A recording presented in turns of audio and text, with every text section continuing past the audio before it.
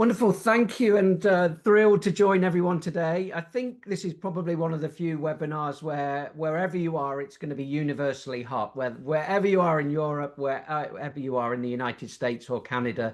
So thank you all for staying out of the sun and joining us to visioneer the future of meetings. My name's Mark Cooper from IACC. I have had the pleasure to have been a part of this research since it was born just a decade ago. So we celebrate our 10th anniversary. And this research is so new. It is only 2 weeks old.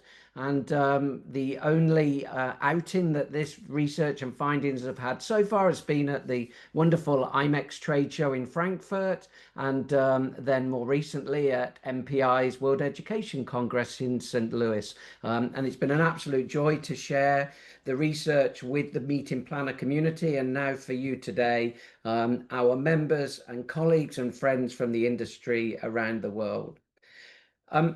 I'll leave enough time. I will do my very best to leave enough time at the end for Q&A, but I tell you what, the easiest thing to do, if you've got questions, just drop them in the chat box for Kate. She'll interrupt me as we go through, and we'll try and address any of those. Alternatively, outside of this session today, it's always wonderful to hear from you in regards to your perspectives, what you're seeing, if you're seeing something different, if something resonates with you. It's great to get your perspectives, but already in the report, there are a lot of opinions and case studies from our members. So it really is a feature-rich report. So let's jump right into it. First thing I'm going to do, I'm just going to come off video, which will allow you all to get even more screen time, and then we will start the report. During today's session, we'll be giving you an overview of what the Meeting Room of the Future initiative is all about. You know, what's the relevance? What's the data in there? How is it credible? So we'll be taking a look at that. And then what we do is we break down the research and the findings and the report into these 5 key areas. One is looking at how we fulfill the meeting objectives for our meeting planners and our attendees.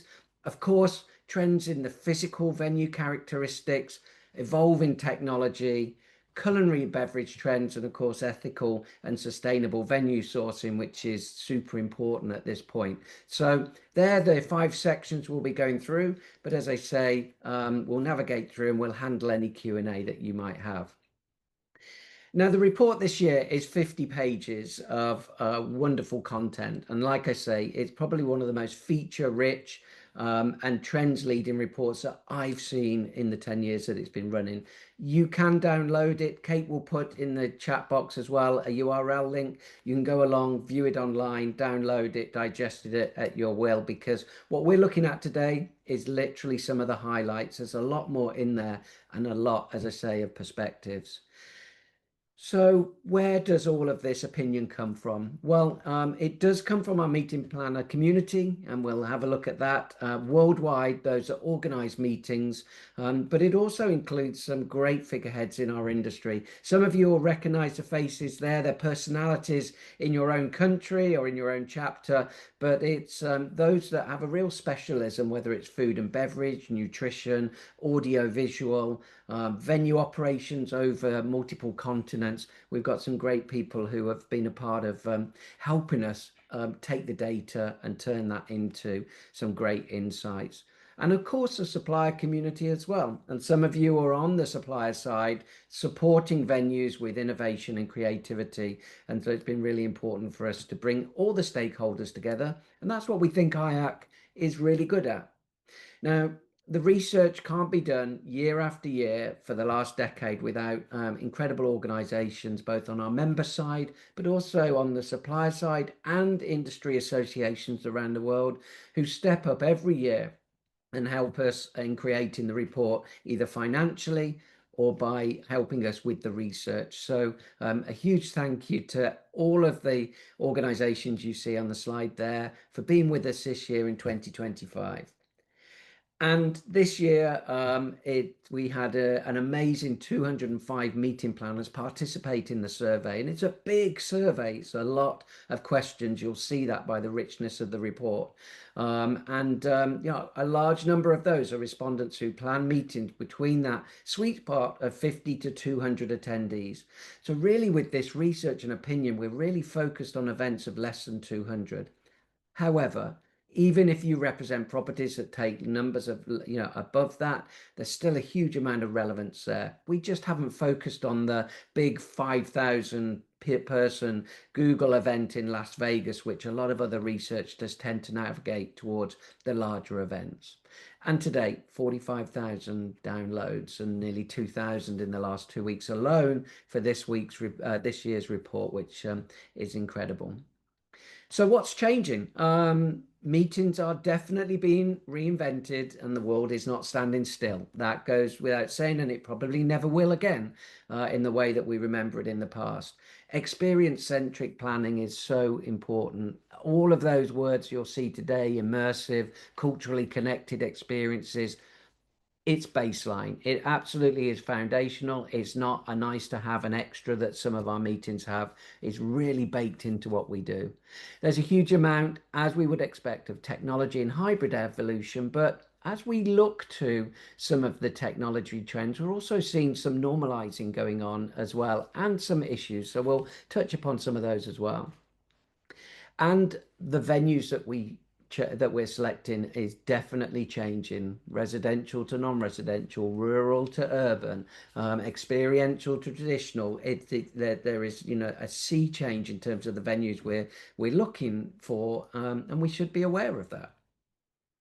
So the first of our 5 sections that we're going to have a look at today is fulfilling the meeting objectives. It's all about the relationships with attendees, creating memories, the flexibility that we need, what different generations are expecting, whether that's a meeting planner change in generation or an attendee change. And one of the biggest areas that I think, none of us saw coming was this year when we asked meeting planners what's the most important aspect of a meeting, in supporting your meeting objectives. And this year, venue physical characteristics shot from third to fifth. And you see education, content, and topics have gone from third to first. Education, content, and topic have gone down to third. Think about this. All of the time I've been in the meetings industry, content and topic have been number one. This year, the role of the venue is deemed the most important. The role that you fulfill in the meetings that you put on is more important than the actual content. That tells you something very clear. The value that you bring, the quality that you bring, the importance of the role that you play is huge. And this is meeting planners that are telling us this. So why is the venue all of a sudden so important? And one of our members, Sebastian, from Fagrud in Sweden, he has an opinion on it in the report, and it's a really interesting one. And here he's saying that he sees a clear trend towards clients with their own organization coming to venues to purposely put attendees in a different environment, in a different space. It empowers them to have more thoughtful and meaningful interaction, better and stronger ideas generation, and evolution in their products and services, which is just not possible in other environments. So the environment that we're putting our attendees in is driving all of this better engagement and outcomes for organizations. So in the conversations that they have. So really interesting to see that from Sebastian. What matters most to our planners in 2025 is experience creation, a big tip towards natural daylight, warmer tones, dimmable lighting and acoustics in the meeting spaces. So even though some of our meeting planners may not have been in the industry for years and decades, they're coming into environments thinking about, well, what are the acoustics like? What's the lighting like? And in the two images that I show you above, there's an explanation of it in the report. This is a fantastic property outside of Eindhoven in the Netherlands, where within a traditional setting, a historic setting, the lighting, that the investment that they've made in that room to be able to dynamically change the look and feel of it, from daytime meeting environment to an evening dinner environment. It has escalated above what they have done before, in years before, where they've looked at their lighting or looked at their acoustics. So wonderful to see that they sit top and center in terms of the minds of meeting planners. And if, as I suspect, all of your venues have great lighting and acoustics, then that's a great selling point for you. And by all means, be more proactive in pointing these things out to your buyers. Another one of our members, Simon from Why Boston Lakes, is just highlighting there that we see planners that are prioritizing venues that are fun, inspiring, offering quality outdoor spaces to spark creative thinking. So that lends itself really well to their type of property. But even if you are a property without outdoor spaces, you may be in an urban location, how you recreate that through biophilia and different ways with planting, is still something that you can do. And a lot of our urban venues are exploring and creating and opening up, for instance, rooftop spaces that before now had never been used for clients. So it's great to see us getting people outdoors in whatever way that we can. And Simon mentions here again, clients expect venues to be even more imaginative on how the space is used. And we'll talk about that a little bit as it relates to how technology can play a part in that as well. High quality AV, so seamlessly doubling as part of our evening social environment is important in their case. So nice to see those perspectives. But there's a lot more in the report. Physical venue characteristics are, and of course, an area we go straight to every year. How do we design our room? How do we design our pre-function spaces? Where should we invest related to where it has the maximum value for our attendees? Indoors, outdoors, increased networking, design. It's all really important.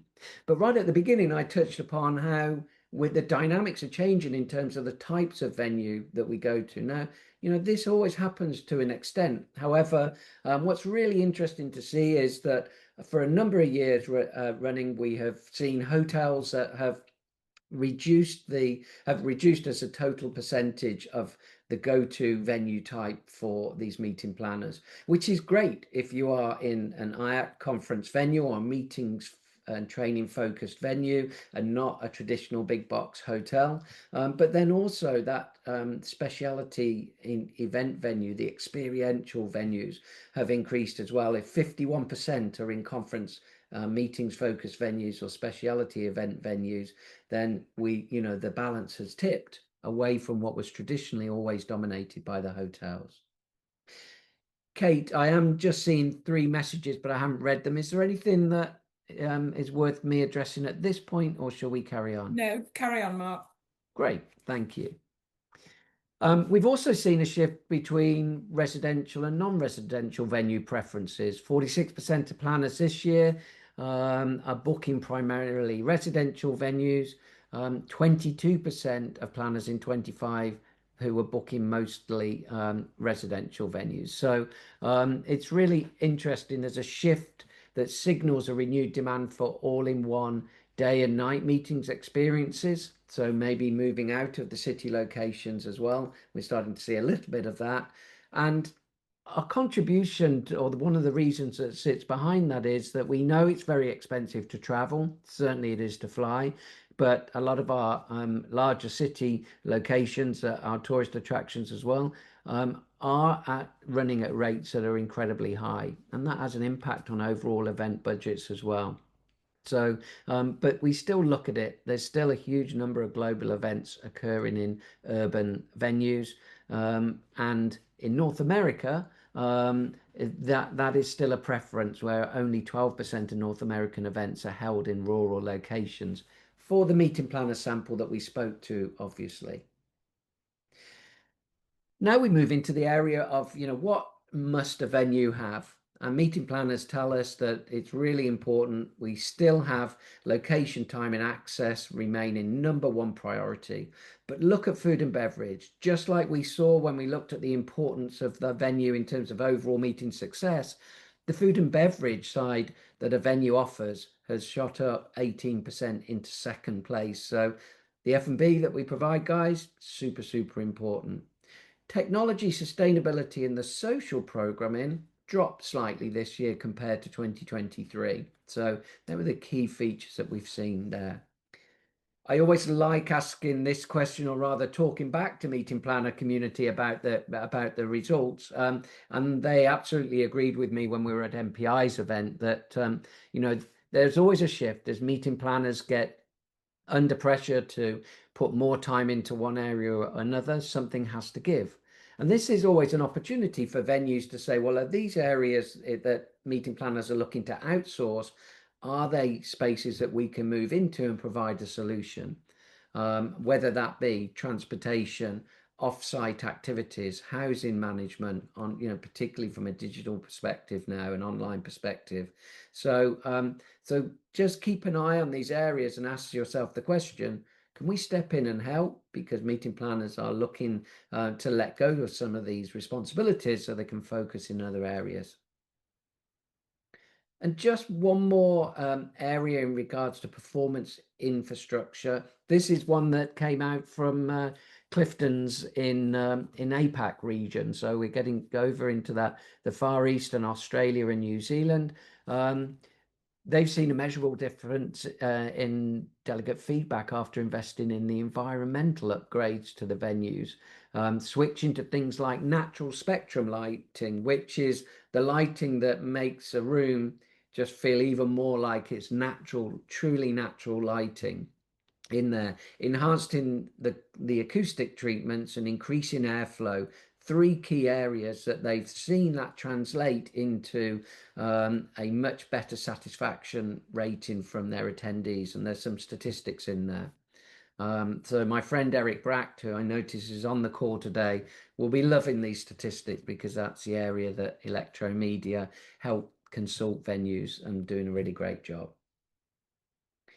Investment outside of the meeting rooms is definitely happening. We're seeing that within the IACC community. We're hearing about it. We're seeing venues that are investing huge amounts, maybe disproportionately large amounts compared to the meeting rooms itself. And that's linked to the fact that the importance of those social spaces, you know, has grown. It's not to say the meeting room isn't important. That's not the case. It still has to be a great space for the meeting and work really well. But here we can see examples. This one area, this one image on the left, that space within a venue, it exists only for small one-on-one, 2, 3 people conversations. It has no other use. It's not a bar in the evening.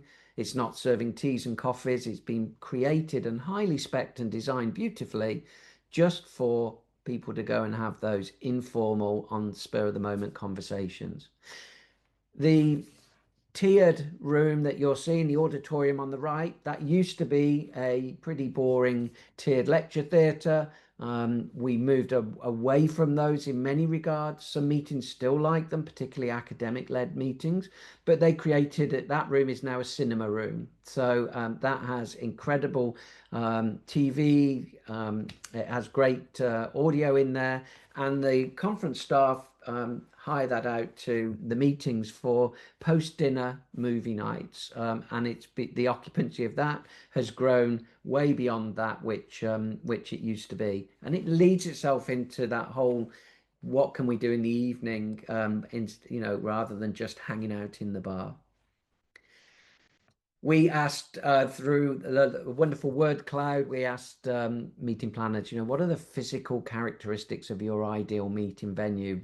Ideally in less than 5 words. And you can see coming out there, big, loud and clear, natural light, beautiful view, airy. See those key points that we touched upon before. But even as you dig into some of the other areas, you know, outdoor spaces, pricing flexibility, whiteboards on wheels. There's some, you know, interesting pieces of feedback in terms of what meeting planners really want us to provide in the meeting environments that we are going to provide in the next 2 to 3 years. We'll head now into the ever popular food and beverage bit. Now, culinary and beverage trends, there is twofold. One is there's stuff that remains really important, and such as areas like food waste, allergens, dietary preferences. But then we also see the styles of our food and beverage changing as well in relation to, what those other trends are we're seeing in terms of what we want to do with our attendees and how our food and beverage programming has to be in lock sync with those changing formats. So planner opinions here on food and beverage offering. I'm not going to read them all out, but number one is food and beverage is a key part of the meeting design and experience. That's jumped up significantly. But then also I encourage people to look now at the lower scales, what is less important today. But these are the key ones. These are still relatively high figures across all of them. You can see some big jumps from 2023 there as well. When we look at the data, we're often looking at it at the development stage of the report in terms of are there any key differences that we're seeing, for instance, between the Americas and Europe or Asia Pacific. And here there's one of them. In Europe, food and drink is deeply tied to culture, hospitality, and social interaction. So Peter Elliott's here from Dolce Hotels and Resorts, based out of Belgium. Says that guests often see the quality of food and beverage as a reflection of the overall quality of the event and meeting. So it's not just about feeding people because we need to. It's about this being the enhancement of the whole, or the link to the quality of the whole event, maybe the whole organization, on how people value it. And employees today certainly have a lot more choice than the organizations they work with. Meeting Professionals International, the largest collection of meeting planners globally, and we're fortunate to have Jessie States, who is Vice President of MPI, commenting at various points in the report. But when it comes to sustainable catering, one of the things that Jessie is highlighting that she's seen a lot from the meeting planner community worldwide, and here specifically in North America, planning the sustainable catering conversation is shifting from one of waste management to waste prevention. So that's really good to see that. It's a real positive move. And for us, if we have initiatives in place or our service styles are deliberately built to look at waste prevention rather than having to manage excess waste and wasted food, then that's a really good way to talk to our meeting planners.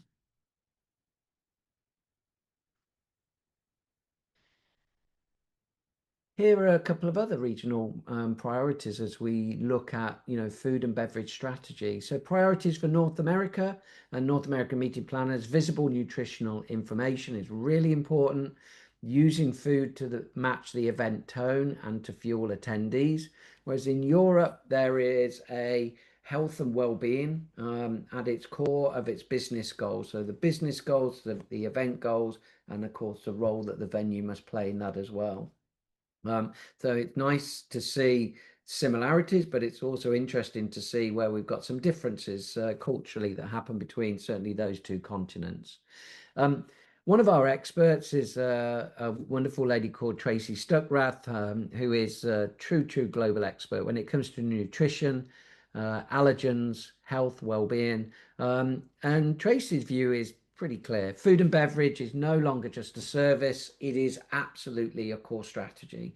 When planned with intention, it becomes a catalyst for well-being, for engagement and equity at every table. We're not just feeding people, we're fueling their ability to fully participate. And I love that because, again, even if we need to remind our meeting planners of it, this is what attendee expectations are, and our role and responsibility is significant when it relates to food and beverage.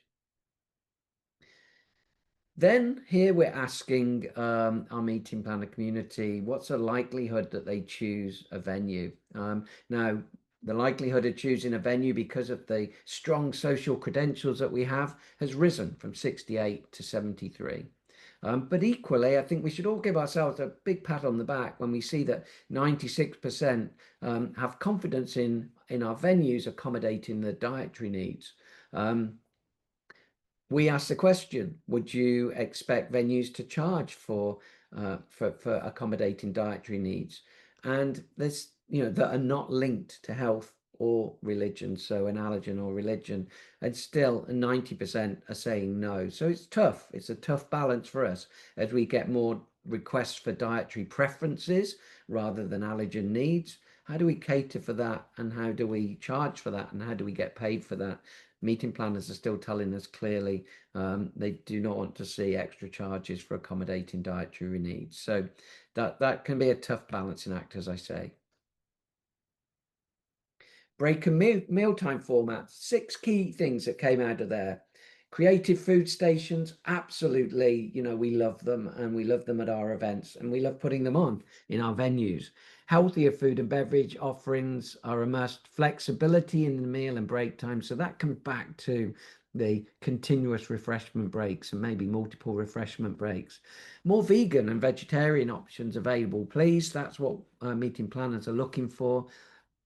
Smaller number looking for more frequent, shorter breaks. Maybe we found the sweet spot there already. By equal measure, only 31% are looking for longer break times and meal times. So they kind of cancel each other out there. But interesting to see those carrying a lower percentage. And there's this real shift in intention. Planners want us to reimagine the food and beverage service. They want it to be reimagined at their event. And 43% say we want to reimagine break and mealtime formats. We want the creative stations there. So again, if this is something that you do to a great level, putting that center and forefront, in terms of your marketing and messages and your conversations during your site inspections, is really important. And powerful images of you playing these creative food stations and events and themed events out on your website is really important. And of course, I'd include that in being the image bank on your IACC venue finder, because that is your shop window to the world of meeting planners. So keep updated your profile with those excellent images of your food and beverage programs on the IACC website on your directory page. Some of the frustrations that meeting planners are having, of course, with the venues that don't include all of those on the call today, but higher cost. We know that we're in an environment where we've carried through and had to increase our prices, and quite rightly so, but some are getting a lower perceived value. Now, it's really interesting when you look at that, because by equal measure, we're hearing of some venues that alongside putting up their pricing, which they've had to do, they've also reimagined their, the food and the service style that they're providing as well. Not necessarily going to the high cost ingredients, but being a bit more creative in the other areas. So trying to push value up the experience around the food and dining times, trying to make that bigger and to fit in line with expectations around the cost. Inflexible menus. Now, this is what drives meeting planners really wild, and it happens all the time. Venues that are promising, sit down with our chef and, we'll design a menu for you around your event, and then it comes to the event, and 10 days before or 2 weeks before, venues then just send a standard menu. And when meeting planners want to discuss that, they're told that no, this is the menu you choose from. We don't have the ability to be flexible. So there's some mixed messages going on there. And meeting planners, I think, by equal measure, sometimes leave it a little bit late to start talking to venues about the menus, that ideas that they have and what they would like to create. You can't do that a week out from an event. We know that, and really encouraging those conversations further in advance is a key one. Food waste concerns, meeting planners are worried. We used to have meeting planners that were worried that there would be no food left at the end of a lunch service, and now it's gone completely the other way. Meeting planners are overly concerned that there's going to be a table full of uneaten food at the end. That sends a wrong message to attendees.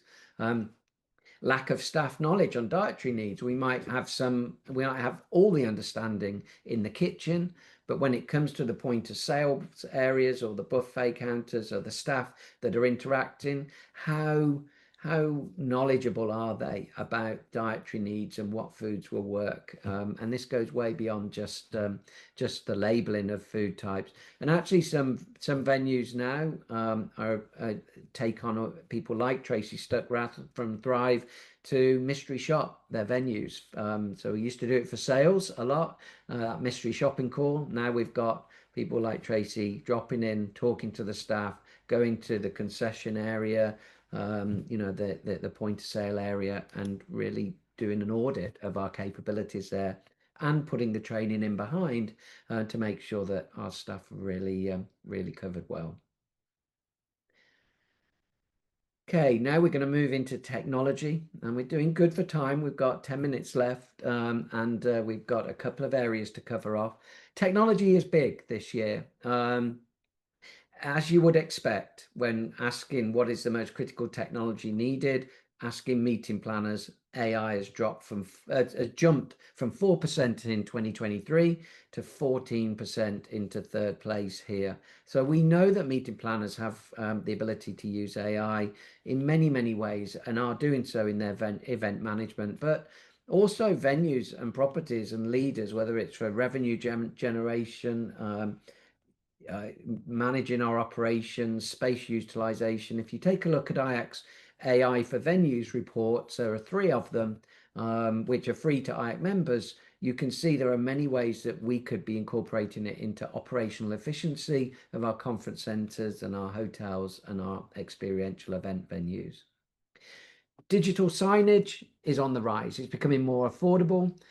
It's definitely a sustainable alternative to printed materials, and it's easier to use nowadays, indoors and outdoors. And meeting planners, I'd say, a higher number of meeting planners have implemented and found it's improved the communication of their events. So if you haven't thought about these, they're definitely worth considering. And one of the experts in this field is the event production and IT AV company Encore. Joe Santo talks about LED technology and screen enhancements are continuing to improve, and larger formats like LED walls are becoming increasingly popular, but also affordable. As an example, a pre-function area where it was an exhibition in the day and tea and coffee during the day, if you're then using that for pre-dinner drinks before going into an awards dinner, using LED lighting to change the mood and the look and feel and aesthetics of those pre-function spaces that have dual purpose day and night is really important. And I'm seeing a number of our venues investing in portable, lightweight, indoors, outdoors, digital signage now more than ever. So it's great that the prices are coming down. Frustrations are still around that internet infrastructure, slow failing internet, apps crashing during events, and AV issues, and with sound cutting out. And for those hybrid meetings that are taking place still, the streaming glitches are still a concern. So again, what does this mean to us as venue operators? Well, if we've got really robust infrastructure, we've got great AV support, we don't have the issue with the hybrid streaming glitches with the service we provide, we should definitely be making a proactive noise around that. And planners are using tech more carefully now. Hybrid live streaming, top failure concern. Fewer planners are adopting new technologies. And that is except for audience participation. But one of the reasons behind that may be that we introduced so many technology platform solutions during and after COVID that we're now going through this stage of kind of normalization there. So that's really great to see that we have chosen the technologies that work well, add value, and have stopped adopting tech for just the sake of it. Another comment there from Joe is that because they do a lot of this on one of their cloud-based platforms, is networking sessions, mobile apps, social media integrations, and polling the top attendee elements. And quite often now there are solutions within conference apps, even for smaller events, that have all of those built into one platform, so you're not using multiple platforms. So it's great to see that we're becoming a lot better and more managing a lot better these multiple roles of the technology that support our events and communications with the attendees.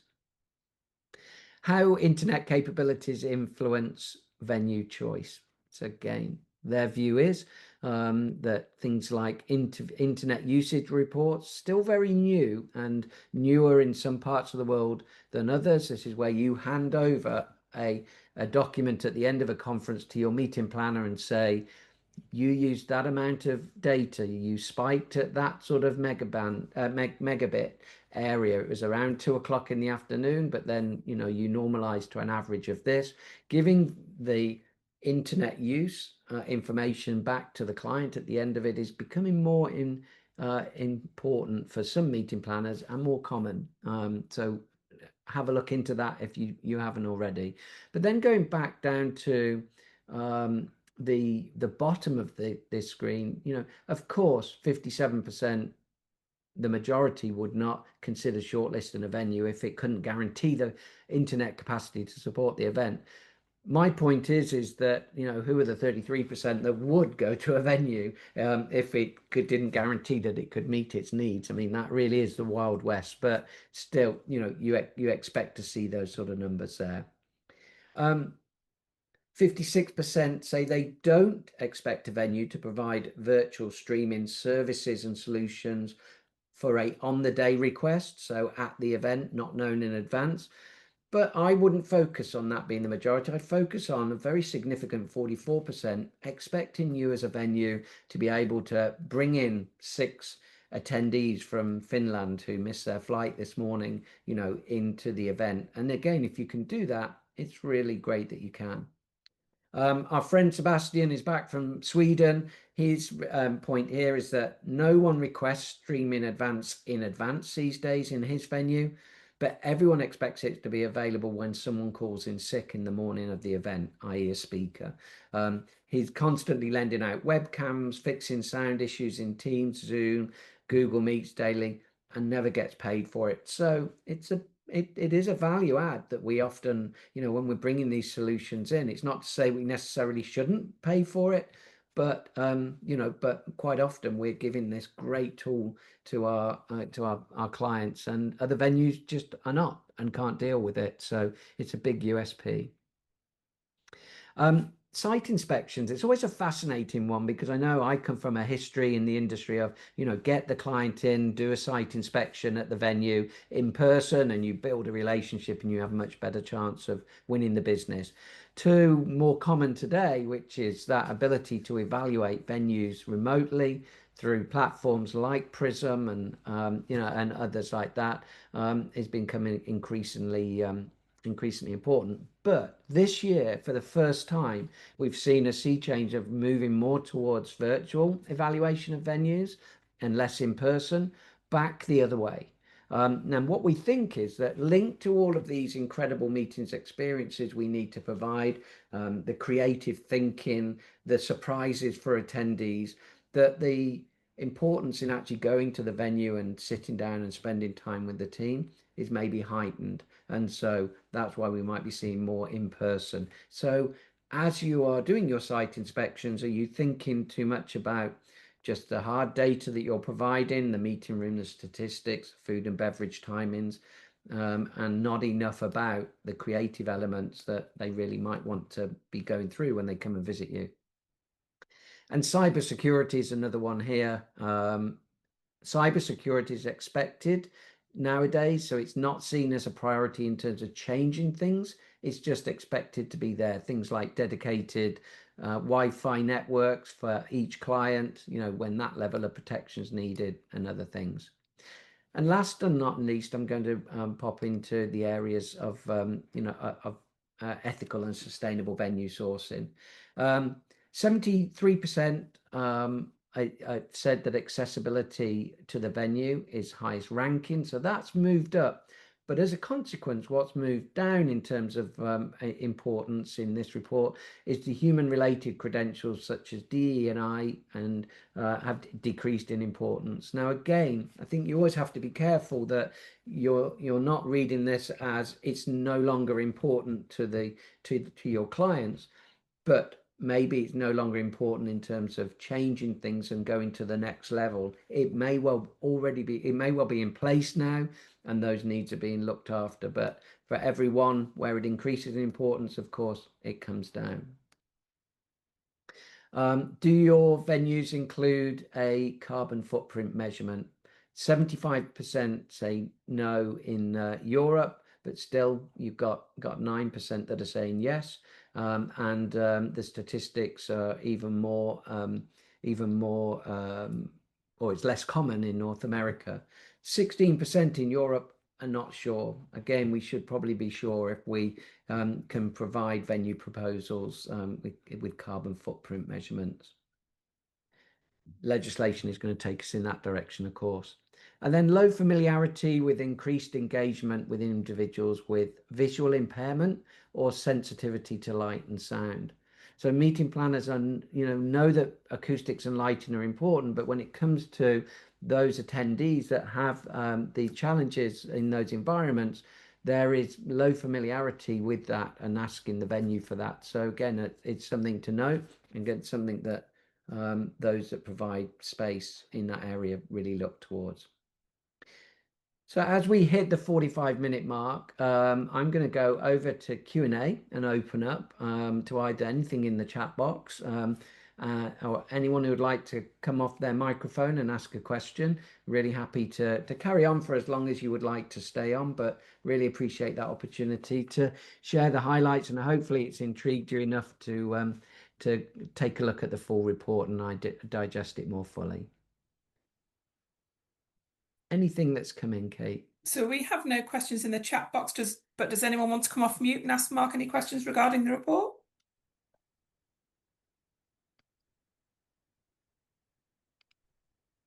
Put my video back on, that would be helpful. Well, it's been super spending time with you all. Thank you very much for this. For our friends in America, happy July 4th tomorrow. Enjoy your time with family and friends. And for all the rest of us, stay out of the sun, and we look forward to seeing you at the next IACC webinar or the next IACC study tour or conference in the near future. Thank you all for the incredible support you give us.